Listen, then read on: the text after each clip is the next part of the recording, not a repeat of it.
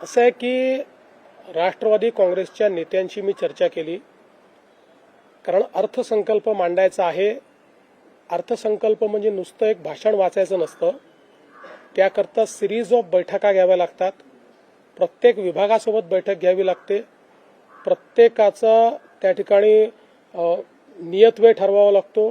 नियतवेळेप्रमाणे त्यांचे फॉर्म्स भरून घ्यावे लागतात. मग त्याचं असेसमेंट करून त्यांनी त्या सगळ्या योजना योग्य पद्धतीने त्याच्यामध्ये आणल्या आहेत की नाही, ते त्या योजना ज्या परमनंट योजना त्याच्या पुरवणी मागण्या मागणार नाहीत या दृष्टीनं त्यांचं कमी अधिक करावं लागतं. या सगळ्या गोष्टी कराव्या लागतात.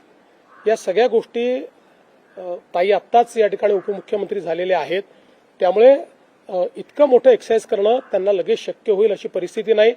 अजून त्या दुःखातनंही पूर्णपणे बाहेर आलेल्या नाहीत, त्यामुळे लगेच पूर्ण क्षमतेने त्या काम करायला लागतील अशी अपेक्षा करणे अयोग्य आहे. आणि म्हणून आम्ही बसून ठरवलं की या संदर्भात हे खातं आता माझ्याकडे ठेवून मी ते बजेटची जी काही एक्सरसाइज आहे ती मी पूर्ण करावी. ती एक्सरसाइज मी पूर्ण करणार आहे आणि अधिवेशनानंतर या संदर्भात त्यांच्याशी चर्चा करून मग काय करायचा हा निर्णय आम्ही करू.